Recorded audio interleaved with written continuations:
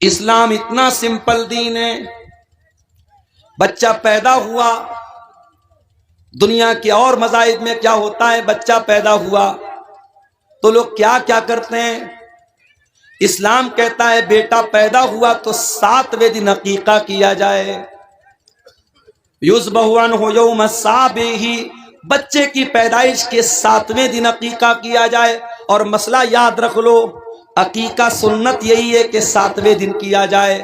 ہاں اگر بہت مجبوری ہے، باپ کے پاس پیسہ نہیں ہے، جانور لانے کی طاقت نہیں ہے، یا کوئی بہت بڑا مسئلہ ہے اور 7واں دن اگر کراس ہو گیا تو پھر اس کے بعد کبھی بھی کر سکتے ہو. پھر کوئی ضروری نہیں کہ 14ویں دن کیا جائے یا 21ویں دن کیا جائے. سنت تو یہ ہے، افضل تو یہ ہے کہ 7ویں دن کیا جائے. اگر 7ویں دن نہ ہو سکے تو پھر کبھی بھی کر سکتے ہیں. یہ مسئلہ یاد ہے. بچہ پیدا ہوا، شریعت کا حکم ہے 7ویں دن عقیقہ کیا. اور باپ کے پاس اگر طاقت ہے عقیقہ کرنے کی اور پھر بھی عقیقہ نہیں کرتا ہے، اور بعد میں مولوی صاحب سے پوچھتا ہے مولوی صاحب ولیمہ ہو رہا ہے گھر میں، کیا اس میں عقیقہ کر سکتا ہوں؟ کیا قربانی کر رہا ہوں بقرعید کے موقع پر، کیا قربانی میں عقیقہ کا بھی جانور لا سکتا ہوں کیا؟ یاد رکھو، اگر بچے کی پیدائش کے 7ویں دن طاقت تھی اور آپ نے نہیں کیا تو غلط کیا، اور اس کا جواب اللہ کیا کو دینا پڑے. اس لیے کہ اللہ کے نبی فرماتے ہیں کل غلام مرہون بعقیقتہ، ہر بچہ اپنے عقیقہ کی وجہ سے گروی رہتا ہے. گروی کا مطلب سمجھتے ہیں آپ؟ گروی مثال کے طور پر میں نے آپ کو موبائل گروی کے طور پہ دیا اور 10,000 روپیہ آپ سے میں نے ادھار لیا. اب یہ 10,000 روپیہ جو میں نے ادھار لیا ہے، جب تک میں ادا نہیں کروں گا مجھے میرا موبائل واپس نہیں ملے گا. گروی کا یہ مطلب ہوتا ہے. اللہ کے نبی فرماتے کل غلام مرہون بعقیقتہ، بچہ گروی رہتا ہے اپنے عقیقہ کی وجہ سے. جب تک اس کا عقیقہ نہیں کر دیں گے بچہ اپنے ماں باپ کی بخشش کا ذریعہ نہیں بنے گا.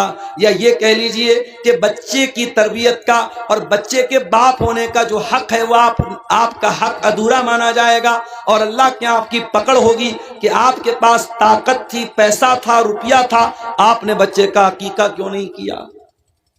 7ویں دن عقیقہ کیا. اور کیا کرنا ہے؟ وَيُسَمَّى، اور بچے کا نام رکھنا ہے. اور نام بھی بہت سوچ سمجھ کے رکھنا ہے، کیونکہ نام کا اثر پڑتا ہے انسان کی زندگی. بنگال اور بہار میں اور خاص طور سے آپ کی شیرشاہ بادی برادری میں ناموں کے سلسلے میں کبھی کبھی بڑا پریشان ہو جاتا ہوں. بڑے الٹے سیدھے نام مل جاتے ہیں. مسلمان لڑکا ہے اور نام بالکل غیر اسلامی یا الٹا سیدھا نام، نہ عربی میں ویسا کوئی نام ہے نہ اردو میں ویسا کوئی نام ہے. نام رکھو تو ایک بار کسی عالم سے مشورہ کرو. ایک جگہ ایک عورت نے اپنی بچی کا نام رکھا علم ترا. کسی نے پوچھا بھائی تم نے یہ نام کہاں سے رکھا؟ بولی قرآن میں آیا علم ترا. ارے اللہ کی بندی، علم ترا قرآن میں تو آیا، قرآن میں تو ابلیس بھی آیا ہے، قرآن میں تو فرعون بھی آیا، قرآن میں تو حامان بھی آیا. کسی لفظ کا قرآن میں آنا یہ اس بات کی دلیل نہیں ہے کہ اس کو نام بنا لیا جائے. آج کل ایک نیا ٹرینڈ چلا ہے انٹرنیٹ پر دیکھ کر کے نام رکھنے کا. انٹرنیٹ پر نام دیکھا انانیہ، نام رکھ دیا انانیہ. ارے اللہ کے بندے، انانیہ کا کیا مطلب ہوتا ہے؟ تو عربی زبان جانتا نہیں، تو کسی عالم سے کانٹیکٹ کرتا نہیں، تو انٹرنیٹ کے فتوے پر عمل کرتا ہے. اپنے بچے کا صحیح نام رکھو. یا تو اپنے بچوں کا نام صحابہ کے نام پہ رکھو، صحابیات کے نام پہ رکھو، نبیوں کے نام پہ رکھو. یا اگر لڑکا پیدا ہوا ہے تو اللہ تعالیٰ کے 99 ناموں میں سے کسی ایک نام کو لے لو اور ساتھ میں عبد لگا دو. جیسے اللہ کے 99 ناموں میں ایک نام الرزاق ہے، آپ عبد لگا کے عبد الرزاق کر سکتے ہو.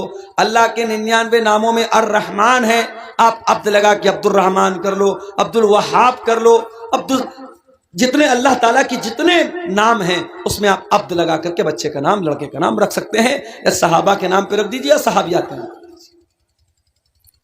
اور اللہ کے نبی فرماتے وَيُحْلَقُ رَأْسُهُ، بچے کا نام رکھا جائے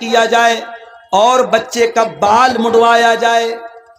7ویں دن بچے کا بال مڑوایا جائے. اور اس حدیث سے یہ بھی پتا چلتا ہے کہ بال کے وزن کے برابر چاندی اللہ کی راہ میں صدقہ کی جائے. یہ ہے اسلام کا. بچہ پیدا ہوا، اسلام کی تعلیم یہ ہے. اور آگے بڑھو، بچہ تھوڑا سمجھدار ہوا، اسلام یہ کہتا ہے کہ تو باپ ہے، تو ماں ہے. بچہ تجھ سے سیکھتا ہے. بچہ اسکول بعد میں جاتا ہے، مدرسہ بعد میں جاتا ہے. پہلے ماں سے سیکھتا ہے، پہلے باپ سے سیکھتا ہے. باپ اگر سگریٹ پینے والا ہے، باپ گٹکھا کھانے والا ہے، باپ شراب پینے والا ہے، باپ گالی دینے والا ہے، بچے کو سکھانے کی ضرورت نہیں ہے. بچہ تیرے کہے بغیر گالی دینا شروع کر دے گا. تیری غیر موجودگی میں سگریٹ کا کش لگانا بھی شروع کر دے گا. بچہ بری عادتوں کو اپنے باپ سے پہلے سیکھے گا. ماں اگر بے حیا ہے، ماں پردے کا خیال نہیں کرتی، ماں نماز نہیں پڑھتی، ماں کو زبان پر کنٹرول نہیں ہے، ماں شوہر کی نافرمانی کرتی ہے، ماں شوہر کے ساتھ بدتمیزی کرتی ہے، چھوٹی بچی ہے 4 سال کی 5 سال کی، اپنی ماں کو دیکھ کر کے سب سیکھ رہی ہے. اللہ کے پیارے نبی فرماتے ہیں کل مولود یولد علی الفطرہ، ہر بچہ جب پیدا ہوتا ہے اسلام پر پیدا ہوتا ہے، فطرت پر پیدا ہوتا ہے. فَأَبَوَاهُ يُحَوِّدَانِهِ وَيُنَصِّرَانِهِ وَيُمَجِّسَانِهِ، اس کے ماں باپ اس کو یہودی بناتے ہیں، اس کے ماں باپ اس کو عیسائی بناتے ہیں، اس کے ماں باپ اس کو مجوسی بناتے ہیں. دوسری آیت میں نے جو آپ کے سامنے پڑھی تھی وہ قرآن کی 29ویں پارے کی آیت تھی، سورہ ملک. قُلْ هُوَ الَّذِي أَنشَأَكُمْ وَجَعَلَ لَكُمُ السَّمْعَ وَالْأَبْصَارَ وَالْأَفْئِدَةَ قَلِيلًا مَا تَشْكُرُونَ. اے نبی آپ کہہ دیجئے اللہ نے تم کو پیدا کیا، تم کچھ نہیں تھے، تمہیں اللہ تعالیٰ نے وجود بخشا، تمہاری سرشٹی کی، تمہارا کریشن کیا، تمہیں دنیا میں اللہ تعالیٰ نے پیدا کیا. وَجَعَلَ لَكُمُ السَّمْعَ، اور اللہ نے تمہارا کان بنایا، وَالْأَبْصَارَ آنکھیں بنائی، وَالْأَفْئِدَةَ اور دل بنایا. قَلِيلًا مَا تَشْكُرُونَ، لیکن تم اللہ کا بہت کم شکریہ ادا کرتے ہو. تم کان کا بھی غلط استعمال کرتے ہو، آنکھوں کا بھی غلط استعمال کرتے ہو، اور دل کا بھی غلط استعمال کرتے ہو. تو یہ 3 نعمتیں ہیں، کان، آنکھ اور دل. اس پر آج ہم کچھ بات کریں گے. آئیے سب سے پہلے کان کی طرف آتے ہیں. کان سے ہم کیا کرتے ہیں؟ سنتے ہیں. سوال پیدا ہوتا ہے کان سے کیا سننا چاہیے اور کیا نہیں سننا چاہیے. کان سے ہمیں اور آپ کو کیا سننا چاہیے؟ اس میں سب سے نمبر 1، سب سے پہلی چیز جو کان سے ہم کو سننا چاہیے، جو اللہ کو پسند ہے، جو رسول کو پسند ہے، جو فرشتوں کو پسند ہے، وہ کیا ہے؟ وہ قرآن ہے. قرآن کا سننا اللہ تعالیٰ کو بہت پسند ہے. اسی لیے اللہ قرآن میں بار بار کہتا ہے کہ اے میرے بندو وَإِذَا قُرِئَ الْقُرْآنُ فَاسْتَمِعُوا لَهُ وَأَنصِتُوا، جب قرآن پڑھا جائے تو غور سے سنو اور خاموش رہو. لَعَلَّكُمْ تُرْحَمُونَ، تاکہ تم پر رحم کیا جائے. گویا اللہ تعالیٰ قرآن کو سننے کا حکم دے رہا ہے.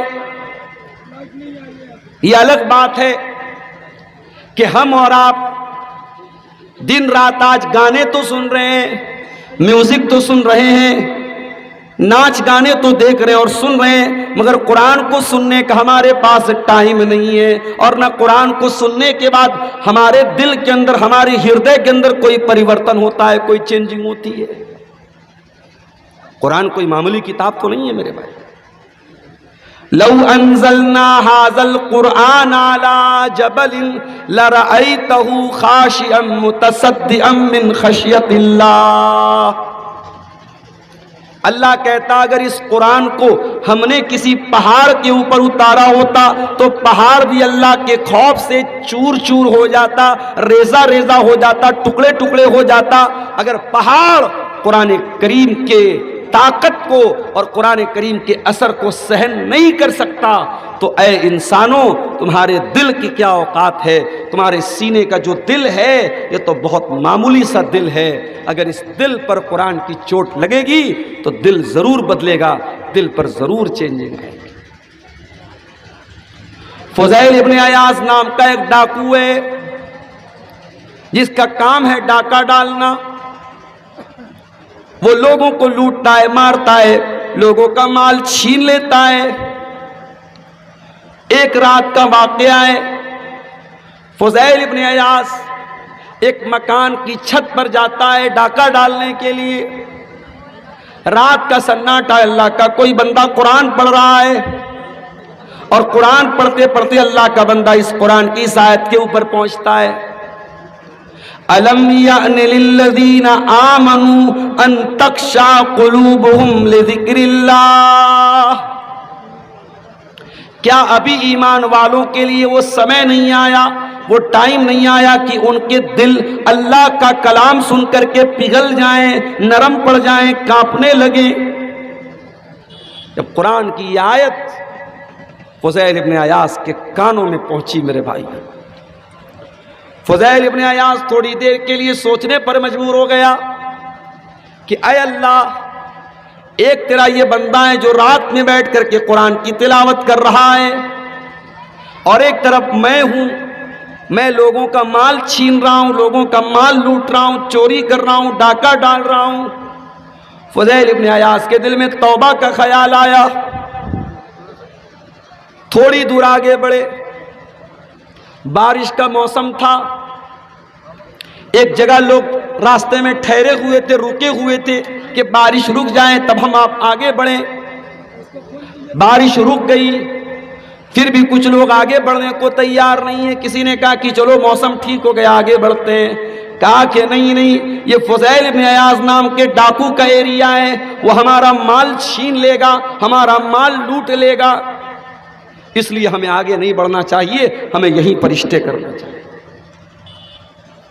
فضیل ابن عیاض نے جب یہ سنا تو کانپ گیا، کہا اے اللہ، میں اتنا برا ہوں، تیرے بندے مجھ سے ڈرتے ہیں، میری وجہ سے وہ راتوں کو سفر نہیں کرتے ہیں۔ اللہ، میں وعدہ کرتا ہوں کہ آج کے بعد میں چوری بند کر دوں گا، ڈاکہ بند کر دوں گا، اور اپنے آپ کو اللہ تیری عبادت میں لگا دوں گا۔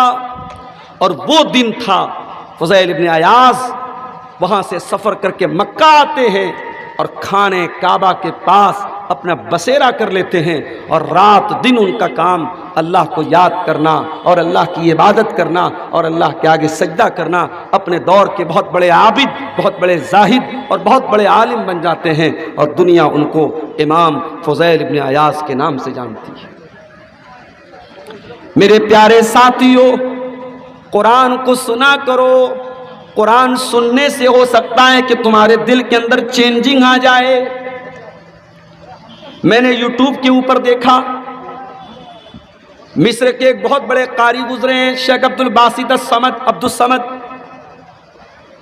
بہت بڑے قاری تھے وہ، کیا آواز دی تھی اللہ نے، قرآن جب پڑھتے تھے واللہ ایک الگ ہی کیفیت پیدا ہو جاتی تھی۔ قاری عبد الباسط صاحب قرآن پڑھ رہے ہیں، یوٹیوب پر میں نے کمنٹ میں دیکھا، غیر مسلم کہتا ہے I am non-Muslim, I am Hindu, I don't know about Quran, but I love your voice۔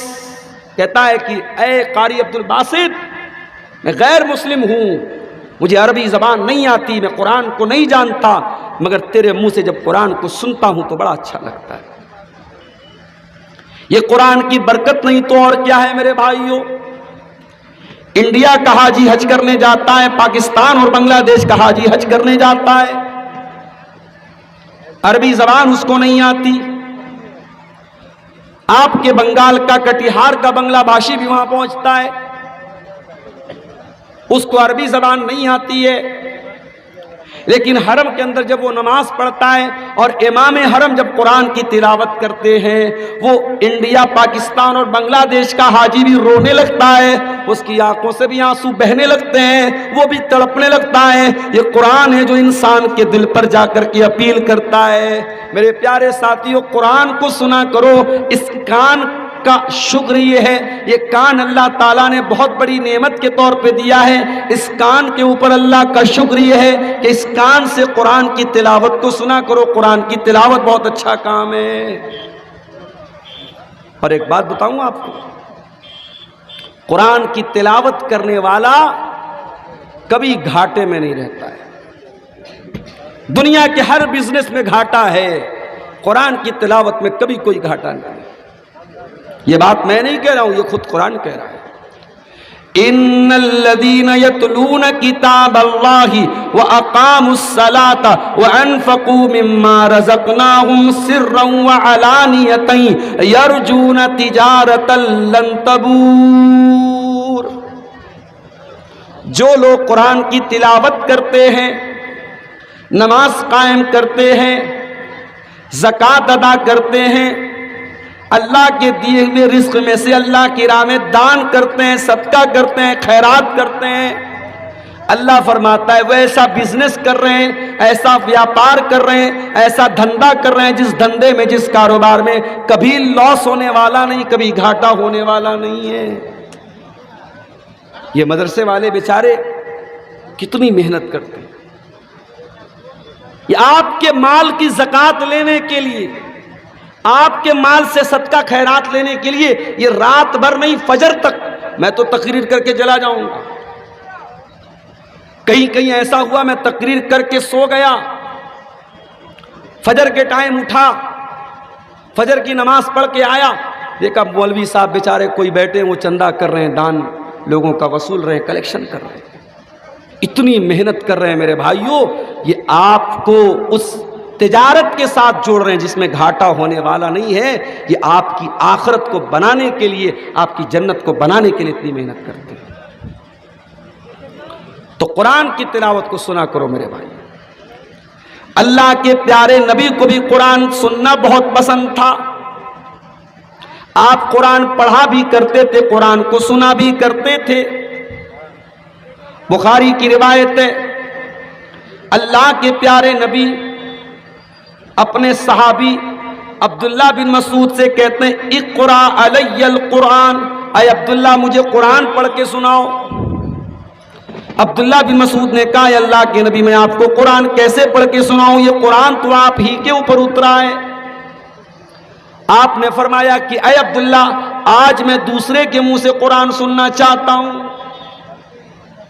عبداللہ بن مسعود کہتے ہیں میں قرآن پڑھنے لگا، قرآن پڑھتے پڑھتے جب میں سورہ نساء کی تلاوت کرنے لگا اور سورہ نساء کی آیت نمبر 41 کے اوپر پہنچا جس میں اللہ تعالیٰ نے فرمایا فَكَيْفَ إِذَا جِئْنَا مِنْ كُلِّ أُمَّةٍ بِشَهِيدٍ وَجِئْنَا بِكَ عَلَى هَؤُلَاءِ شَهِيدًا۔ جب اس آیت پر میں پہنچا، اللہ کے پیارے نبی نے کہا حسب کلام، اے عبداللہ رک جاؤ، بس کرو۔ میں نے نظر اٹھا کر کے دیکھا فَإِذَا عَيْنَاهُ تَذْرِفَانِ، اللہ کے پیارے نبی کی دونوں آنکھوں سے آنسو بہ رہے تھے، اللہ کے نبی رو رہے تھے۔ قرآن سن کر کے نبی رونے لگتے ہیں، اور ہم تو قرآن کو سنتے بھی ہیں، تراویح کے اندر بھی، نماز کے اندر بھی، ہمارے اوپر کوئی اثر کیوں نہیں ہوتا میرے پیارے ساتھیوں؟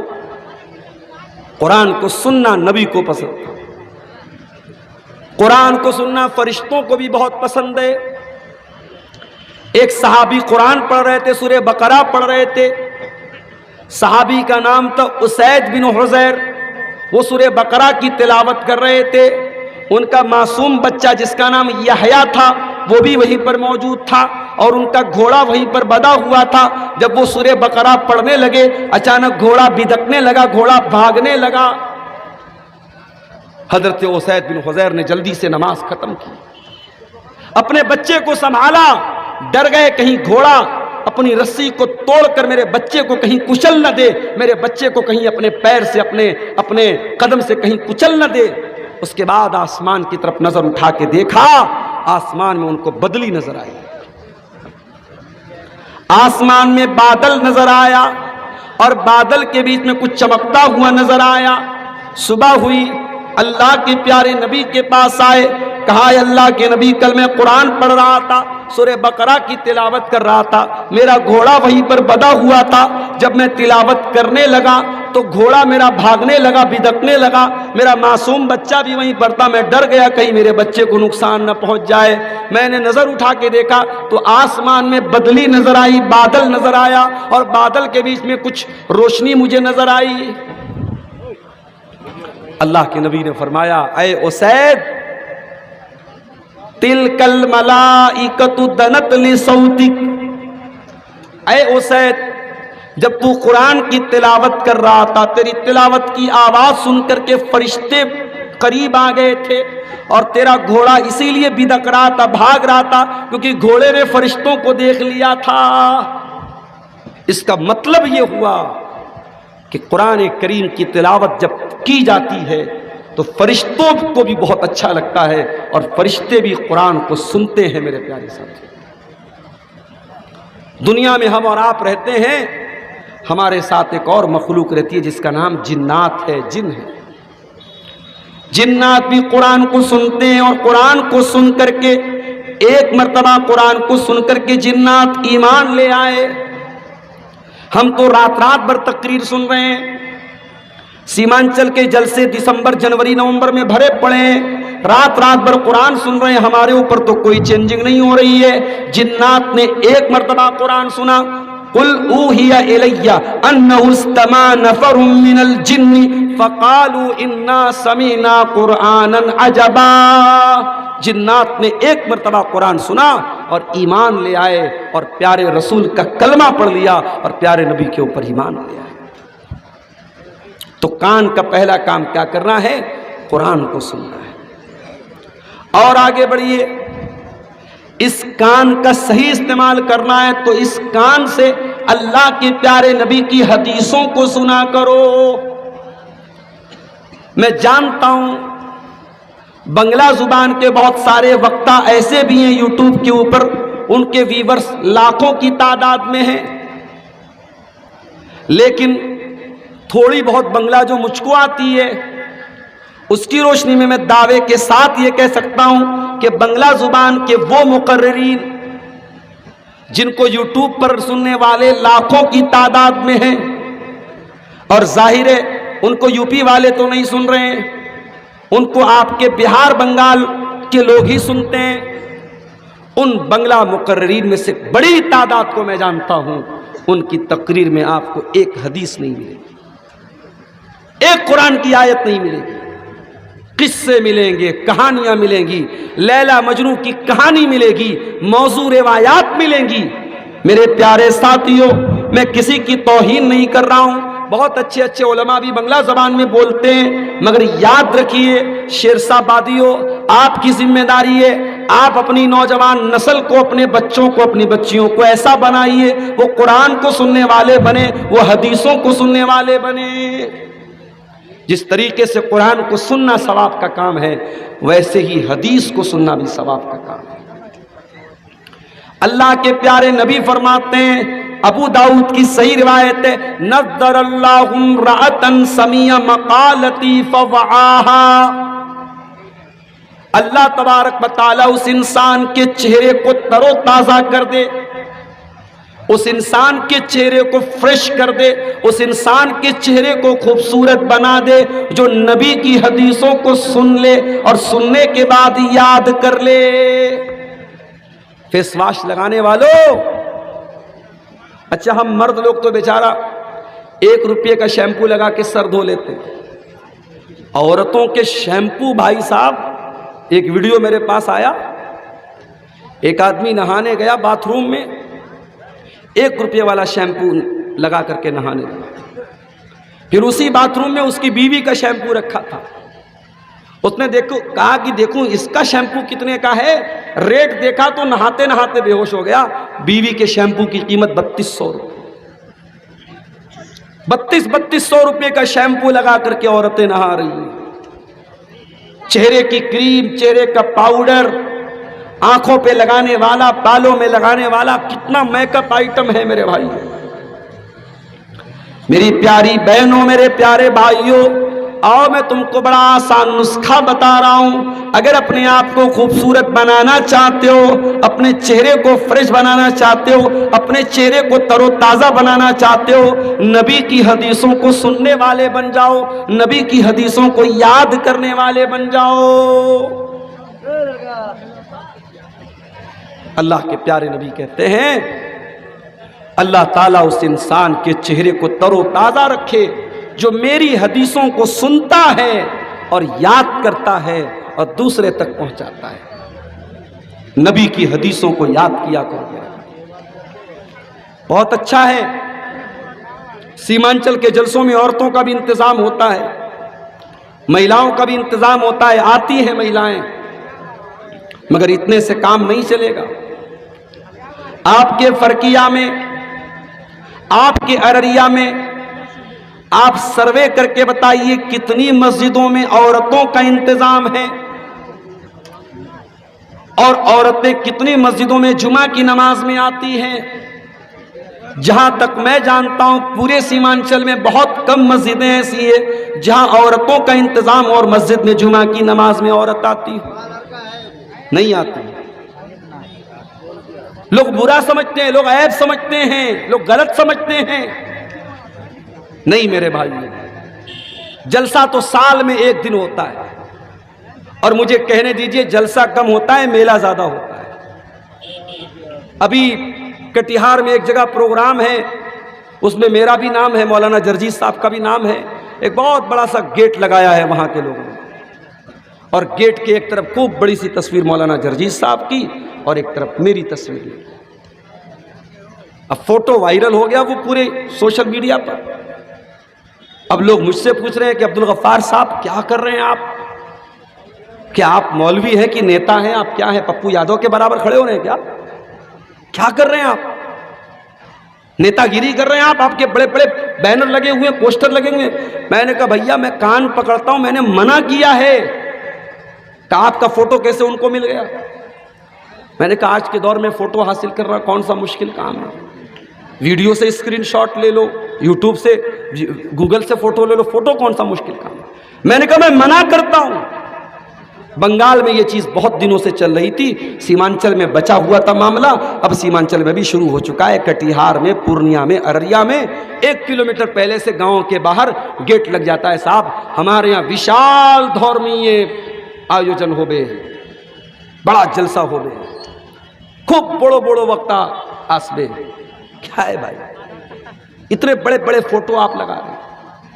آپ جانتے ہیں کہ فوٹو کے تعلق سے علماء کے کتنے سخت فتوے ہیں۔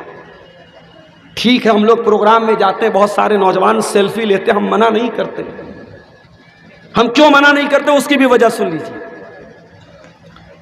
کچھ لوگ سوال کرتے ہیں کہ مولانا صاحب فوٹو لینا صحیح ہے کہ نہیں ہے؟ اگر فوٹو لینا صحیح نہیں ہے تو آپ کیوں سیلفی لینے دیتے ہیں؟ اس کا بھی جواب سن لیجیے۔ دیکھیے علماء میں کچھ علماء تو وہ ہیں جو کہتے ہیں کہ فوٹو بالکل حرام ہے، چاہے وہ کیمرے کا فوٹو ہو، چاہے وہ تصویر پینٹنگ والی تصویر ہو، سب حرام ہے۔ کچھ علماء کا کہنا ہے کہ نہیں، کیمرے کا فوٹو، چونکہ حدیث میں تصویر کے بارے میں جو حدیث آئی ہے اس میں یہ لفظ آیا ہے کہ تصویر بنانے والا اللہ تعالیٰ کی تخلیق کا مقابلہ کرتا ہے، کیمرے والا مقابلہ کہاں کر رہا ہے؟ کیمرے سے آپ نے کلک کیا، فوٹو آ گیا، کیمرے نے تو کیپچر کر لیا، کیمرہ ایک عکس لیتا ہے، کیمرہ تصویر نہیں بناتا ہے۔ اس لیے کیمرے کی تصویر حرام نہیں ہے، یہ علماء کی بہت بڑی جماعت کا کہنا ہے، اور یہ بات زیادہ صحیح نظر آتی ہے۔ تو ہم حرام تو نہیں سمجھتے تصویر کو، لیکن ہاں ہم غیر ضروری بلا وجہ، اب آج کل جو نیا فیشن چلا ہے لڑکوں اور لڑکیوں میں، الٹا سیدھا منہ بنا رہے، ہونٹ بنا رہے، گول گول ہونٹ بنا کے سیلفی لے رہے، یہ سب بکواس طریقے۔ اب ہم لوگ پروگرام میں جاتے ہیں، لوگ آتے ہیں مولانا صاحب ایک سیلفی لے لیتا ہوں، بھائی سیلفی مت لو، سیلفی لینے سے بہتر ہے آپ سلفی صاحب کی بات پر عمل کرو۔ قیامت کے دن یہ سلفی صاحب کی بات پر عمل کرو گے، یہ کام دے گا، سیلفی کام دینے والی ہے۔ پھر بھی ہم لوگ جاتے ہیں، کوئی نوجوان آتا ہے، ٹھیک ہے چلو بھائی لے لو سیلفی. ہم اس لیے بولتے ہیں، اجازت اس لیے دیتے ہیں کیونکہ آج کے دور میں کوئی نیتا جی کے ساتھ گھوم رہا ہے، کوئی ودھائک جی کے ساتھ گھوم رہا ہے، کوئی کسی ناچنے والے کے ساتھ گھوم رہا ہے، کوئی کسی گانے والے کے ساتھ گھوم رہا ہے. اگر یہ ہمارے نوجوان لڑکے اگر یہ کسی عالم سے، کسی مقرر سے، کسی اردو اور بنگلہ کے وکتا سے اگر یہ محبت کرتے ہیں، اور اس لیے محبت کرتے ہیں کہ وہ مولوی صاحب، وہ عالم صاحب قرآن بیان کر رہے ہیں، حدیث بیان کر رہے ہیں، تو میرے بھائیوں ہم ان نوجوانوں کے جذبے کی قدر کرتے ہیں. ٹھیک ہے، ہم تمہاری حوصلہ افزائی کے لیے ہم تم کو اجازت دے دیتے ہیں، مگر اس کا مس یوز مت کرو میرے بھائی. بڑے بڑے بینر لگا کر کے آج علماء کے فوٹو آپ کے سیمانچل میں لگنے شروع ہو گئے. معاف کرنا میرے پیارے ساتھیوں، اگر آپ کو کرنا ہی ہے اپنے گاؤں کی مسجد میں انتظام کر کے عورتوں کا ارینجمنٹ کیجئے اور عورتوں کے لیے جمعہ کی نماز کا انتظام کیجئے. سال میں ایک بار آپ جلسہ کراتے ہیں، جلسہ تو میلے ٹھیلے کی نظر میں ہو جاتا ہے. میں 11:30 بجے آپ کے گاؤں میں آیا، بہت ساری پبلک واپس جا رہی ہے، بہت سارے لوگ جلسہ سننے نہیں آتے، جلسہ دیکھنے آتے ہیں. آئے، جلسہ دیکھا، سڑک پر 2-4 کھانے پینے کا سامان کھا لیا، کچھ سامان خرید لیا، سسرال میں گئے، رشتہ داری میں گئے، دعوت اڑا لی، واپس چلے گئے. بہت سارے لوگ جلسوں میں صرف تفریح کرنے، انٹرٹینمنٹ کرنے، منورنجن کرنے آتے ہیں. میرے پیارے ساتھیوں، یہ جلسہ یہ آپ کو دین کی تعلیم سکھانے کے لیے یہ پریاپت نہیں ہے، یہ انف نہیں ہے، یہ کافی نہیں ہے. اپنی مسجدوں میں جمعہ کے لیے اچھے خطیب کا انتظام کرو، اچھے عالم کا انتظام کرو. اور معاف کرنا، 2000 روپے میں آپ کو اچھا عالم تو نہیں ملے گا. جمعہ پڑھانے والے کو 2000 روپیہ آپ دیں گے اور اذان دینے والے کو آپ 1000 روپیہ دیں گے، اور آپ یہ توقع کریں گے کہ اذان دینے والا مکے کے مؤذن کے جیسی اذان دے دے اور خطبہ دینے والا علامہ احسان الہی ظہیر جیسی تقریر کرے. تو یہ میرے پیارے ساتھیوں 2000 میں یہ ممکن نہیں ہے. اچھی تنخواہ دیجیے، اچھے عالم کو رکھیے اور عورتوں کا انتظام کیجیے. اور آپ کے علاقے میں جامعہ حسنہ للبنات شیخ مفیظ الدین ریاضی صاحب کا ادارہ میں گیا ہوں، وہاں ایک بہت اچھا آپشن ہے آپ کے پاس. آپ بھی اپنی لڑکیوں کو پڑھاتے ہوں گے ان اداروں میں. بہت افسوس کے ساتھ کہنا پڑتا ہے سیمانچل کے اندر لوگ اپنی لڑکیوں کو عالمہ تو بناتے ہیں، بنات میں پڑھاتے ہیں، مگر یہ لڑکیاں پڑھ لکھ کر کے بھی بیکار بیٹھی رہتی ہیں. لوگ ان کو صرف اس لیے پڑھاتے ہیں تاکہ شادی کرنے میں آسانی ہو جائے، رشتہ کوئی دیکھنے آئے تو ہم فخر سے کہہ سکے ہماری لڑکی عالمہ ہے. بس اتنا ہی مقصد ہوتا ہے. آپ کی لڑکی عالمہ ہے، اس نے اپنے علم کا یوز کیا کیا ہے، اپنے علم کا استعمال کیا کیا ہے. میرے پیارے ساتھیوں، اپنی بیٹیوں کو اگر عالمہ بناتے ہو تو گھروں کے اندر کچھ عورتوں کے پروگرام بھی چھوٹے موٹے کیا کرو. اس میں کسی پنڈال کی ضرورت نہیں ہے، کسی دعوت دینے کی ضرورت نہیں ہے، کوئی خرچہ کرنے کی ضرورت نہیں ہے. گھر کی، خاندان کی 25-50 عورتیں اکٹھا ہو جائیں اور ایک لڑکی جو جامعہ حسنہ سے یا مولانا امان اللہ صاحب مدنی کے ادارے سے یا کسی بھی بنات کے ادارے سے پڑھ کر کے آئی ہے، اس نے قرآن پڑھا ہے، اس نے حدیثوں کو پڑھا ہے، وہ آئے اور ان عورتوں کو دین کی موٹی موٹی باتیں سکھا دے. اگر یہ کام آپ ابھی سے کرنا شروع کر دیں، 2024 چل رہا ہے، میں دعوے کے ساتھ کہتا ہوں اگر اس کام کو آپ ابھی سے کرنا شروع کر دیں، صرف 2 سال، میں زیادہ نہیں کہہ رہا ہوں، 2026 میں اگر موقع ملا، اسی فرقیہ میں اگر آؤں گا اور آپ سے پوچھوں گا کہ آپ کے گھر اور سماج پر اس سے کچھ فرق پڑا کہ نہیں پڑا، اللہ کی قسم ضرور فرق پڑے گا. عمل تو کیجیے. آپ سال میں ایک بار جلسہ کرا لینے سے مسئلہ حل نہیں ہو جاتا ہے. قرآن کہتا ہے وَذْكُرْنَ مَا يُتْلَى فِي بُيُوتِكُنَّ مِنْ آيَاتِ اللَّهِ وَالْحِكْمَةِ. اے نبی کی عورتوں، تمہارے گھروں میں قرآن پڑھا جاتا ہے، تمہارے گھروں میں حدیث پڑھی جاتی ہے، اس قرآن کو تم یاد کیا کرو، ان حدیثوں کو تم یاد کیا کرو اور اپنے گھر میں قرآن و حدیث کا درس دیا کرو، قرآن و حدیث کو پڑھا کرو، پڑھایا کرو. تو کان سے ہمیں قرآن سننا ہے اور کان سے ہمیں حدیث سننا ہے، اور کان سے ایک چیز اور سننا ہے، الذین یستمعون القول فیتبعون احسنہ۔ قرآن کہتا ہے میرے مومن بندے وہ ہوتے ہیں جو باتوں کو سنتے ہیں، اچھی باتوں کو سنتے ہیں اور اس کے اوپر عمل کرتے ہیں۔ علماء کے بیانات کو آپ سنیے، الحمدللہ ہر موضوع پر، ہر ٹاپک پر ہماری جماعت کے جو علماء ہیں ان کے بیانات آپ کو آج یوٹیوب موجود ہے، آج آپ کے پاس موبائل موجود ہے۔ اور میں کبھی کبھی کہتا ہوں اس یوٹیوب نے نقصان بھی بہت کیا ہے، اس یوٹیوب کے آنے کے بعد فائدہ بھی ہوا ہے، نقصان بھی ہوا ہے۔ فائدہ کیا ہوا؟ میں بنارس میں بیٹھا ہوں، میری تقریر بنارس میں ہو رہی ہے، میری تقریر مئو میں ہو رہی ہے، میری تقریر ممبئی میں ہو رہی ہے، میری تقریر کلکتہ میں ہو رہی ہے، آپ ارریا میں بنارس سے 700 کلومیٹر دور نیپال بارڈر کے کنارے بیٹھے ہوئے ہیں، موبائل آپ نے کھولا، یوٹیوب آپ نے اوپن کیا، یوٹیوب نے بتایا عبدالغفار صاحب کی لائیو تقریر چل رہی ہے، آپ نے بیٹھے بیٹھے سنی۔ فائدہ تو ہوا آپ کا۔ نقصان کیا ہو رہا ہے؟ نقصان یہ ہو رہا ہے کہ لوگ جلسے میں آتے ہیں، 10 بجے تک صبر کیا، عبدالغفار صاحب نہیں آئے، 11 بجے تک صبر کیا، عبدالغفار صاحب نہیں آئے، اس کے بعد صبر کا پیمانہ لبریز ہونے لگا، ارے یار چلو کوئی بات نہیں، کل یوٹیوب پر دیکھ لیں گے، چلے گئے گھر، یوٹیوب پر دیکھ لیں گے۔ بہت سارے لوگ آتے ہیں تقریر نہیں سنتے چلے جاتے ہیں، اور ہماری مجبوری یہ ہے، ہم کو بھائی صاحب 12 بجے کے پہلے بہت کم موقع ملتا ہے، 1 بجے 1:30 بجے 2 بجے لوگ ٹائم دیتے ہیں۔ تو میرے بھائیوں اس یوٹیوب کا آپ صحیح استعمال کیجیے، علماء کے بیانات کو آپ سنیں۔ اسی سیمانچل کے بہت سارے نوجوانوں کو میں جانتا ہوں، کامیڈی چینل انہوں نے بنا کے رکھا ہے، کامیڈی کر رہے ہیں، اور یوٹیوب پر ان کی سبسکرائبر کی تعداد 1 ملین 2 ملین ہے۔ اللہ کا شکر ادا کیجئے کہ اللہ تعالیٰ نے اگر آپ کو یوٹیوب کے ساتھ جوڑا ہے اور آپ علماء کے بیانات کو بیان کر رہے ہیں، سن رہے ہیں، تو یہ بہت اچھا پلیٹ فارم ہے، اس کا صحیح استعمال کیجئے۔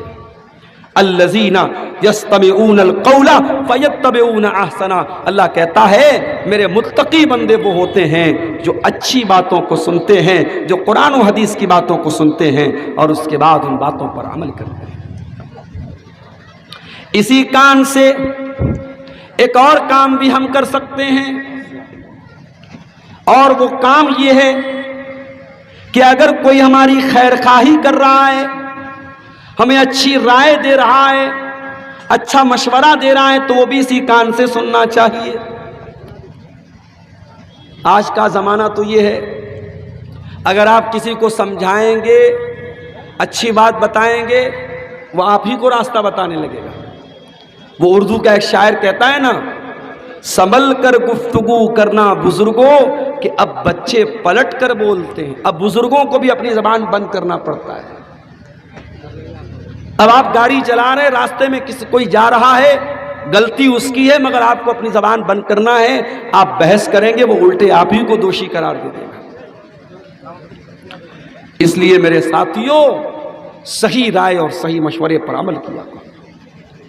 اللہ کے پیارے نبی فرماتے ہیں، حق المسلم علی المسلم 6، ایک مسلمان کا دوسرے مسلمان پر 6 حق ہے۔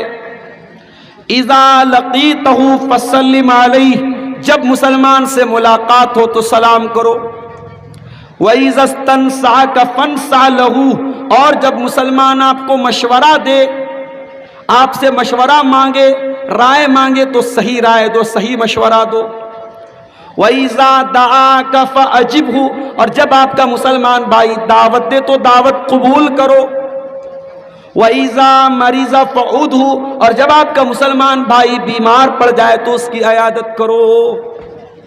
ہمارے ایک چاہنے والے، ہمارے ایک بہت اچھے دوست کہہ لیجئے، ہمارے ساتھی کہہ لیجئے، کلکتہ میں ایک جگہ پڑتی ہے مٹیا برج، وہاں کے رہنے والے ہیں۔ ان کا نام ہے محمد صابر۔ ابھی کل ان کی بیٹی کا فون آیا، پرسوں اچانک ہارٹ اٹیک ہوا ہے اور ICU میں ایڈمٹ ہیں، اور جو دل کی جو نسیں ہوتی ہیں ایک نس کوئی بلاک ہو گئی ہے، اس کا آپریشن ہوا ہے، اور دوسری بھی ابھی 30% یا 40% بلاک ہے، علاج چل رہا ہے۔ آپ سب سے اپیل کرتا ہوں صابر بھائی کے لیے دعا کریں، ہمارے بہت اچھے دوستوں میں سے ہیں، بہت چاہنے والوں میں سے، بڑے مخلص انسان ہیں، بہت نیک انسان ہیں، ان کا اس طریقے سے ہارٹ اٹیک ہوا ہے۔ میرے پیارے ساتھیوں، آپ کا کوئی بھی مسلمان بھائی اگر بیمار پڑتا ہے اور آپ اس کی عیادت کر سکتے ہیں، اس کو دیکھنے کے لیے آپ جا سکتے ہیں، اس کی حال چال لے سکتے ہیں، تو ضرور لے لیجئے۔ اللہ کے نبی فرماتے ہیں جتنی دیر آپ مریض کی عیادت کرتے ہیں، کسی مریض کو دیکھنے کے لیے آپ جاتے ہیں، اتنی دیر آپ جنت کی کیاری میں رہتے ہیں، اتنی دیر آپ جنت کے باغیچے میں رہتے ہیں۔ تو کان سے ہمیں اور آپ کو اچھی باتوں کو سننا چاہیے۔ اب آ جائیے کان سے کیا نہیں سننا چاہیے۔ کان سے ہمیں گانا نہیں سننا چاہیے۔ گانے بجانے کی آواز اللہ کے پیارے نبی کو بھی پسند نہیں ہے، صحابہ کو بھی پسند نہیں ہے، اللہ تعالیٰ کو بھی پسند نہیں ہے۔ اللہ تعالیٰ قرآن کریم میں کہتا ہے وَمِنَ النَّاسِ مَن يَشْتَرِي لَهْوَ الْحَدِيثِ لِيُضِلَّ عَن سَبِيلِ اللَّهِ بِغَيْرِ عِلْمٍ وَيَتَّخِذَهَا هُزُوًا۔ کچھ لوگ ایسے ہوتے ہیں جو پیسہ دے کر کے فالتو چیزوں کو خریدتے ہیں۔ بھائی موبائل میں ریچارج کراتے ہو، فری میں تو نہیں کراتے، پیسہ دے کے کراتے ہو نا۔ 2 GB روز ڈاٹا مل رہا ہے ایئرٹیل کی طرف سے اور جیو کی طرف سے، کیوں مل رہا ہے؟ گانا سننے کے لیے، ناچ دیکھنے کے لیے، فیس بک کی گندی ریلز دیکھنے کے لیے، یوٹیوب پر بیہودہ شارٹس دیکھنے کے لیے؟ نہیں میرے بھائیوں، اپنے کانوں کو ناجائز چیزوں سے بچاؤ۔ گانے بجانے کی چیزیں آپ کے دل کو مردہ کر دیں گی۔ کان سے آپ سنیں گے لیکن دل مردہ ہو جائے گا، اور جب دل مردہ ہو جائے گا تو معاف کرنا، جب بہت زیادہ گانا سنیں گے، آپ بہت زیادہ میوزک سنیں گے تو قرآن آپ کو اچھا نہیں لگے گا۔ کیوں؟ اس لیے کہ جب دل میں ایمان موجود رہے گا تب قرآن سننا آپ کو اچھا لگے گا۔ اسی لیے اللہ قرآن میں کہتا ہے الا بذکر اللہ تطمئن القلوب، اے میرے بندو اللہ تعالیٰ کے ذکر کو سن کر کے ایمان والے دل کو سکون ملتا ہے، مومن کے دل کو سکون ملتا ہے، جو مومن ہوتا ہے اس کے دل کو سکون ملتا ہے۔ جب آپ گانے بجانے کی آواز کو سنیں گے تو دل کو سکون میرے پیارے ساتھیوں نہیں ملے گا۔ کان کا ایک اور غلط استعمال ہے کسی کی غیبت سننا، کسی کی چغلی سننا، کسی کے بارے میں غلط بات سننا۔ اگر آپ کو یہ شوق ہے تو یہ شوق ختم کر دیجئے۔ اگر کوئی آ کر کے آپ کو غیبت کرتا ہے، آپ کہہ دیجئے بھائی مجھے نہیں سننا ہے۔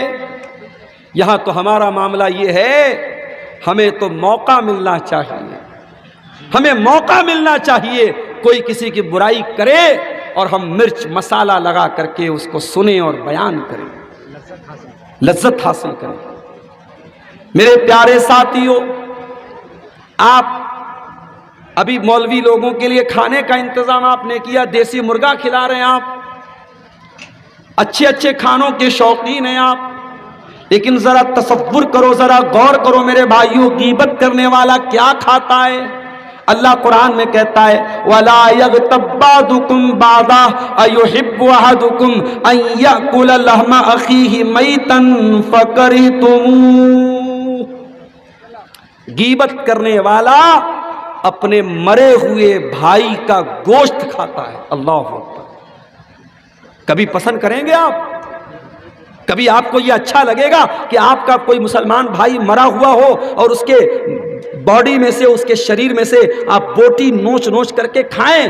آپ تصور کیجئے، امیجن کیجئے تو آپ کو گھن آئے گی، آپ کو برا لگے گا۔ میرے پیارے ساتھیوں، جتنا برا آپ کو سوچ کر کے لگتا ہے اتنا ہی برا کسی مسلمان کی غیبت کرنا ہے۔